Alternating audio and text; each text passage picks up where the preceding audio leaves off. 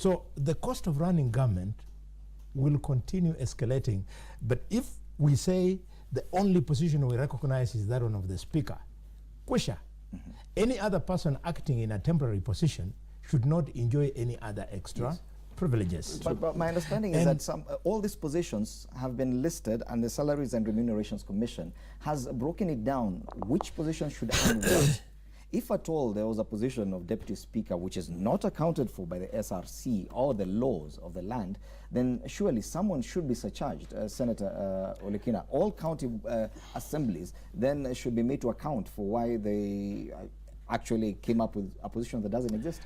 You know what? I actually sympathize with the county assemblies, because there's no way you can expect the speaker to sit there, you know, every single day. What about if he falls sick? He definitely needs a deputy speaker, in my view. And the deputy speaker comes from one of the elected members of the assembly, or maybe nominated, in that case, whoever is chosen to be by the members of the county assembly. I think, in my view, what ought to be varied is the amount of remuneration that they get. That, to me, is the only thing that ought to be varied, because that person requires an assistant. Well, I think the court is right in declaring it unconstitutional. So to make it constitutional, we've got to come up with either legislation, or maybe if it can be amended, or the constitution can be amended to be able to create that position to make it right. But I think it is right for the speaker of the county assembly to have a deputy. But if at all county assemblies have come up with this position that's not provided for in law, yes, probably it is necessary, but it's not provided for. It means county governments and these other institutions could have come up with other positions that are not provided for, and people are just receiving money, which is not even broken down by the SRC. I tell you, you're so right. When I was chairman of public accounts in the Senate, I came across counties where the so-called the first lady draws a salary. In one instance, one was drawing 500,000 shillings a month, besides the allowances that they have. As a county first lady. As a county first lady. And another one was drawing 1 million shillings. So, because the Senate, and I want to urge my younger brother here, you have to be tough. You have to ensure that only the things that are necessary are the ones on which public funds are being expended. This only leads to wastage, bloated wage bill, and a higher cost of running the devolved government structure. And no wonder that in some instances, like in Nakuru, I came across one financial year, only 10% of the billions that had been taken to Nakuru had been spent on development. 10%, and 90% was just wasted. This has to stop. Okay. And I think, in my view, what is the process of getting such a position created? If at all you realize it is necessary, it is needed, but it does not exist. Of course, through legislation. That is number one. But I think, in my view, I'm of the contrary view, that what is really needed in county assemblies is capacity building. We've got to come to a point where, in this country, members of the county assembly can actually sit down, come up with legislation that will be able to help them deliver their mandate. And sometimes, all these problems we are seeing, like on the issue that I raised earlier on the municipalities, it is something which is advised by opportunities out there. You don't have to run for every opportunity, because you don't fully understand. If your stakeholders do not understand the benefits of those opportunities, then don't go for them. Involve stakeholders. So I think what we in the Senate are doing now, and I agree with my brother here, that we have to ensure that money is spent to what is necessary.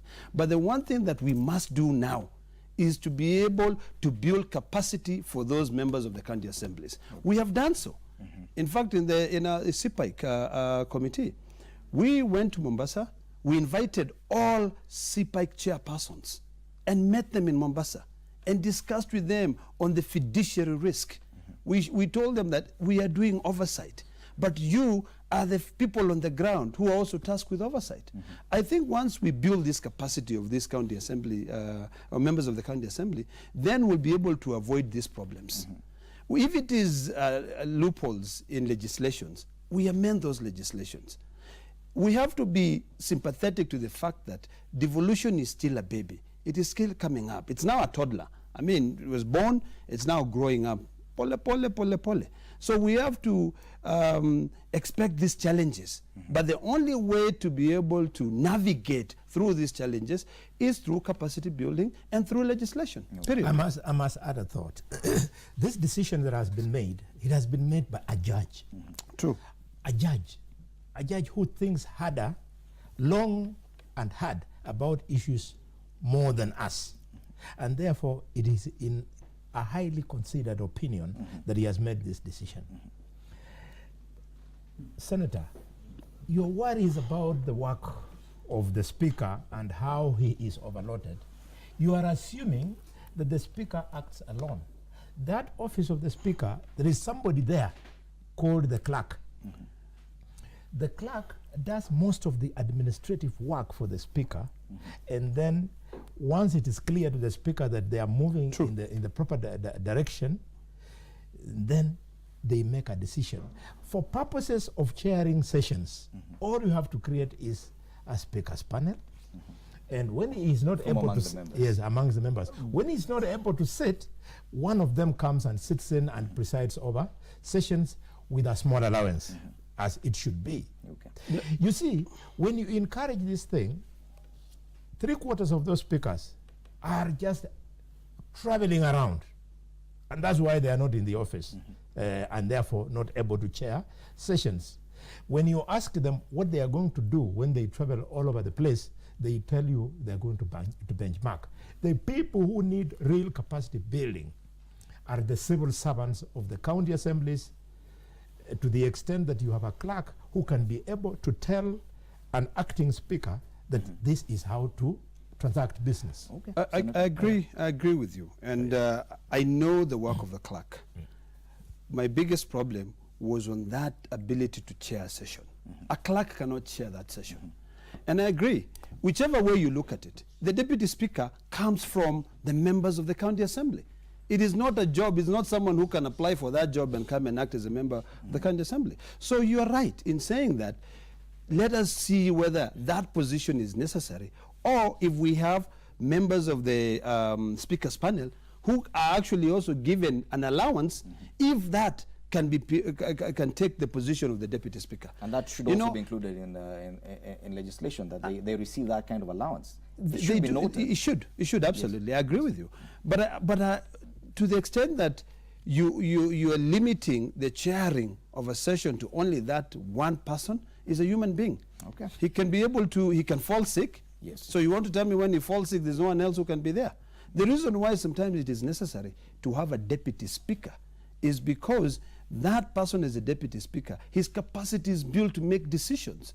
When you look at the Senate, for instance, when our speaker is not sitting, or maybe he's not in the country, the deputy speaker is there. And the deputy speaker is a former majority leader. And he makes decisions which are sound because he's quite competent.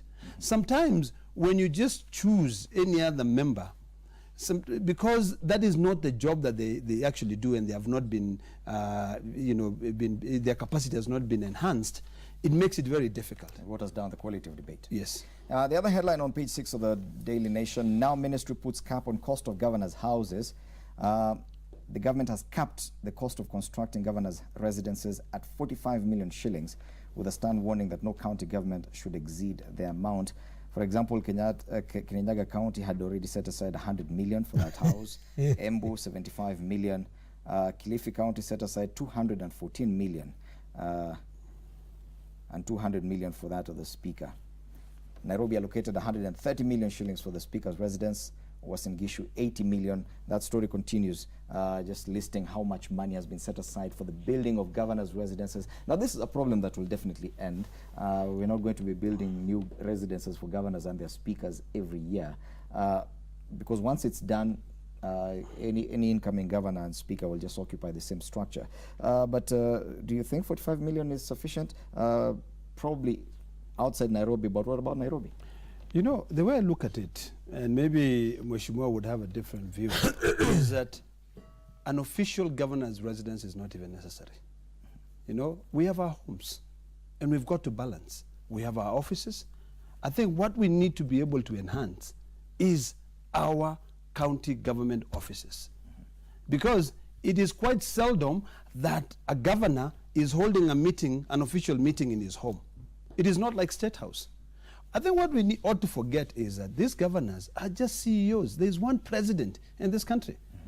When we now start budgeting for these official, governors' residences, official speakers' residences, we are creating mini presidents. So I think for me, I'm completely against building governors' mansions and houses. But it does make sense to have this. We used to have mayors' parlors, residences for mayors, district commissioners all over the country.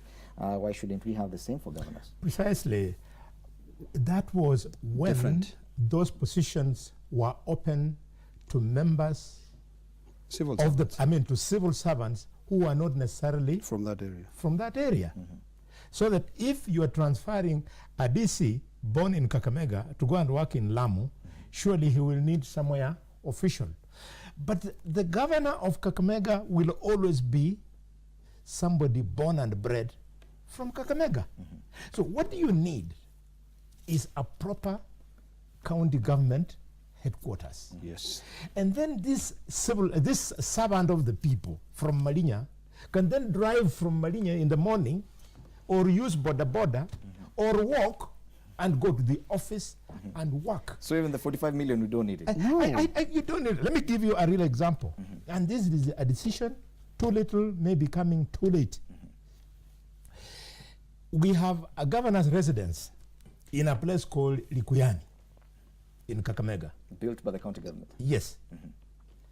And every financial year, the control of budget has been allowing that county government to take 50 million shillings for 5 years for construction of that particular residence for the last 5 years. 250 million. And now, in the current budget, I've just read it, of Kakamega, they are now asking the county assembly to approve that a similar residence now be constructed in Lurambi constituency. The other one is in Likuyani, now Lurambi. For the same governor. I don't know whether they are imagining that he's a polygamist or future governors will be polygamists. I do not understand. So the point must be very clear. Governors are servants of the people. You are not going to create some big African man simply because he has become a governor. For God's sakes, after 10 years, the guy will be gone. You have ambitions of becoming governor. You've run for that office. Yes, I do. You don't think you would have a need for a residence as a county boss? Now, why? Even in terms of specialized security for you as a governor? Ask me, why would I not want to sleep in my humble home in Malinya to go and sleep in some concrete structure in Likuyani, where I can work up to 6, and if I'm got up in Likuyani, after 1 or 2 hours, I'll already be in Malinya. So it is superfluous, it's a waste of public funds. And by the way, even if we must construct these structures, Honorable, and I will never support construction of governor's residence. If we must, if they are fighting corruption, if there's a problem, that is a problem, then the construction of those buildings should not be left to county governments. The national government should design one house meant for the entire country. It should be uniform. And then the national government constructs that house. Let me just weigh in on this issue. I think what we ought to be talking about is the welfare of these governors after they leave office. Because when they're in office, they have the luxury of a lot of free things that comes in with their position. And that is why they feel like, for me to become governor, I want to be able to have this home. Let me tell you, the biggest problem we have in this country is that we don't care about tomorrow. We only care about today. Yes. So what we ought to be doing And this is what we are doing now. Like my bill in the Senate talking about the retirement benefits of a designated state officer or the deputy president, I'm actually thinking of incorporating the governors, the judges, to think about their well-being after they leave. Because you are living in this 100 million shilling house, 45 million shilling house for 5 years. And then maybe the people of your county decide you're not doing a good job. You know? In fact, you should serve the people. You should not be a mini God. Your job there is to serve them. So live comfortably, have a balance between your personal life and your office life. Because the biggest problem we have now in this country is that most governors, most senators, most members of parliament, they have no balance. So once you leave that office, two things happen. One, of course, your phone stops ringing. Sometimes you even wonder whether you've actually charged it because nobody's calling you. Number one. Number two, office. I've not had his phone ringing. I've been sitting down here with him. But if he was still there, you know, or maybe he has put it on in a silent. But the truth is, you have to find a way to balance your life. You know, like for me, I'm very, very clear. I work from 5 a.m. to 8 p.m. for the people of Narok. After 8 p.m., it is my family time, you know? And I try to balance that. Sometimes, yes, I will pick up an emergency call. And my home is private. My home is my home. I have a place where I meet with the people. Probably they need, you know? Probably that's why governors need a home that's not so private. Why? Yes, they are not human beings? Well, you're a politician, okay. but you also so what? So I'm a politician. Today, when I'm a politician, you use me, but tomorrow when I want to get my retirement benefits, you start saying, oh, this is a wastage of public funds. Come on. Okay, interesting perspective. And you know, the issue is raising about balance is so important. Think about a county like Kilifi. And people of Kilifi, forgive me, I have worked for you for 6 years as your doctor, so I know you very well, and nothing personal. The governor of Kilifi, my own brother, Kingi, he bought a residence for 145 million shillings. Good. And we allowed him, okay, you have spent the money, he was investigated a little bit, and he was found, the due process was observed. But after that, now you can see in the budget of Kilifi, 214 million for the deputy governor's residence and another 500 million for the governor's resident, a governor who bought a house for 145 million. Talking about Kilifi, one of the poorest counties in this country. Do you know out of that 714 million, how many health centers can you construct? How many primary schools, Governor Kingi, can you construct? We must stop living large and pretending. And as Mheshimiwa says, the members of parliament who have a problem in retirement are the ones who lived a lie. For the years that I have been member of parliament, I not only live in Kakamega, but I live in my home, my rural home in Kakamega, not in Kakamega municipality. To the extent that now, when you're no longer in the office, you're comfortable to be in your home because there is flowing water, there is electricity, and there is food. Okay. Before we move on that, okay, no, but I just want to weigh in something. I think now is a time where the control of budget should be doing her job. I like her. I know she's very tough. She's been very tough on this issue of Ward Development Fund and everything, but I think she really ought to be doing her job. That's number one. Number two, the Senate is actually doing a very good job now. I can tell you that. We have two bills. Actually, let me call them. The one which we already in the second reading, in fact, that we are discussing, is the issue of public participation, which was sponsored by Amos Wako. And I have another bill, which is a county oversight bill, which seek to include the citizens in the budget-making process.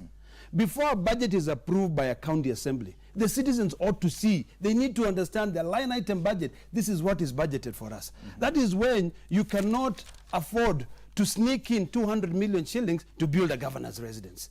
Yet, in the previous year, you did what? You bought it. You bought a house paying 145 million in the example of Kilifi. Once we involve our citizens, once we get them to know, these are the people who are paying. Look at our revenue in this country. Almost 45% of that revenue comes from income tax. It is us Kenyans who are paying. So what we need to do is, number one, agree that we cannot be living a lie. we cannot be living beyond our means. Number two, we must consult widely, consult with our stakeholders. Public participation is key. And it is not putting in an advertisement in a newspaper. Okay. It is actually going down there and ensuring that before you start construction or development of Keyan Ward or maybe Eldamat Ward, you've consulted the people of that ward and say, what is it that you want? Thank you so much, Senator, for that. The story we're quoting is on page 6 of the Daily Nation. Now, Ministry puts cap on cost of governors' houses, and the breakdown of how different counties have spent money with regard to putting up those structures has been broken down there. You can go read it for yourself. And now it's an opportunity to give final comments. And of course, Senator, you wanted really to talk about the Mau issue, but before that, let's start with you, Mheshimiwa. Final comments. I only want to appeal to the decision-making organs of the country to take the issue of banning and torching of our schools seriously. It's not a laughing matter. Our children are out there that are at the mercy of this kind of criminals who are in their midst. I remember a case, was it last year or before, where a school in Nairobi was banned, and we were told that the daughter, it was the daughter of a cabinet secretary. Nothing became of that case. It has died like that because apparently she was the daughter of a big man. Those criminal elements should be removed from the midst of our schools. They are no longer students. Those are criminals. Discipline precedes good performance in school. Okay. Yeah. Thank you so much, Mheshimiwa Halwai. Finally, Senator. Thank you very much. I think likewise, I would like to comment on, just give my final thoughts on this issue of the school unrest. I think this is an opportunity for us leaders now to be able to mentor our youth. And I would like to call upon all the leaders working with the Ministry of Education to be able to go and meet these Form 4 leavers and be able to mentor them and try to guide them towards moving into selecting a career. That is issue number one. On the issue of Solai, I want to urge the government to really be sympathetic on the people who suffered. The 47 people who died, and the other body which was recovered now, which is making it around 48. We really need to think about these people. We also have got to avoid being complicit. We have to remember that these are the people who are supporting us. So everything we do as leaders must be to improve the standard of living of these people. And finally, I want to urge the government. You have started the eviction of the Mau, of the people who have encroached into the Mau forest. The biggest mistake this government will make is when they evict people from the national Mau and bring them into the Maasai Mau, then hell will break loose. I can tell you that. What we want to see is that these people, once they are removed from the forest, I want them to be, what do you call it? I want them to be resettled elsewhere. The Kalenjin community who have encroached into the Mau forest must be resettled. They are human beings. They are our people. So we must take care of them and ensure that they can be able to go where they either came from, or this government find a place to be able to resettle them. Big mistake. Number one, wait, I will say my point. Because they are human beings. Remove them from the Mau forest, take them back where they came from, resettle them from there. Those are the poor people. Number two, the rich who acquired land from the Mau forest. We have senators, we have governors, we have ministers in this government. We have members of parliament who are listed in the Mau task force report. Those people should give back all that land. You know, I don't want to name them, but they're there. If you want, in fact, these are public records, and I'm sure, Mheshimiwa, you know everyone who is there. So let us not pretend, because this issue of Mau forest is something which will divide this country completely. It is it is a very emotive issue. Right now, the Narok County, Narok Town dries up, floods every year because of heavy rainfall because of the encroachment. We traversed the entire Mau forest complex.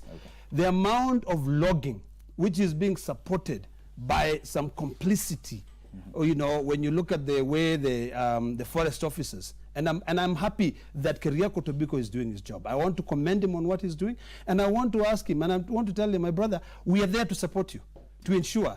But finally, on this issue of Mau forest, it is not only the poor people who should be evicted. but the Bwenyenyes, those guys who got land. I'm telling you, if you read the list, you'll find people from Northeastern who got the land. Okay, what are they doing in Mao Forest? You'll find people from Central, you find people from Mombasa, all those people who are provincial administration, the one we were talking about before, people who are PCs, people who are DCs, people who are ministers, those people must be kicked out of Mao Forest. Okay. I was just saying big mistake, my brother, because Ole Ntimama, wherever he is in the grave, is listening to this debate. Yes.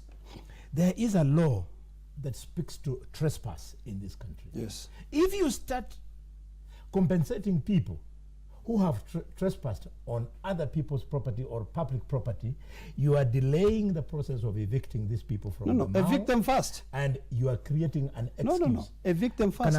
Can I?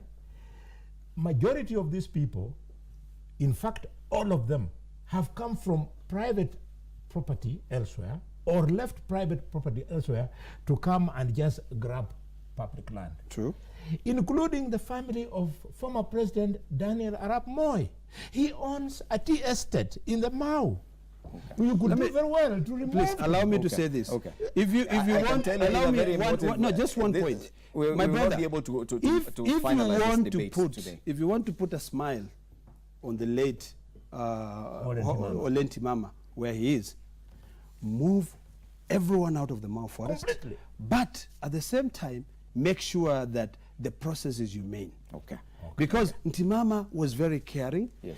And I'm telling you, when this government completely evict everybody from the Mao Forest, Ntimama will be smiling on a daily basis. Let's leave it there, Senator. Thank you so much for that. Thank you so much, Senator Ledama Ole Kina from Narok, and Deputy Party Leader Ford Kenya, the Honorable Boni Halwale, for helping us look at the headlines this morning. Very interesting discussions this morning. Thank you so much, gentlemen. Power Breakfast still continues a discussion about that game yesterday and what to expect at the World Cup finals between France and Croatia is coming up with Willis Raburu. Do stand by for that as well. The Power Breakfast is still the hashtag to use. My name is Freddie Ndimuli. Good morning.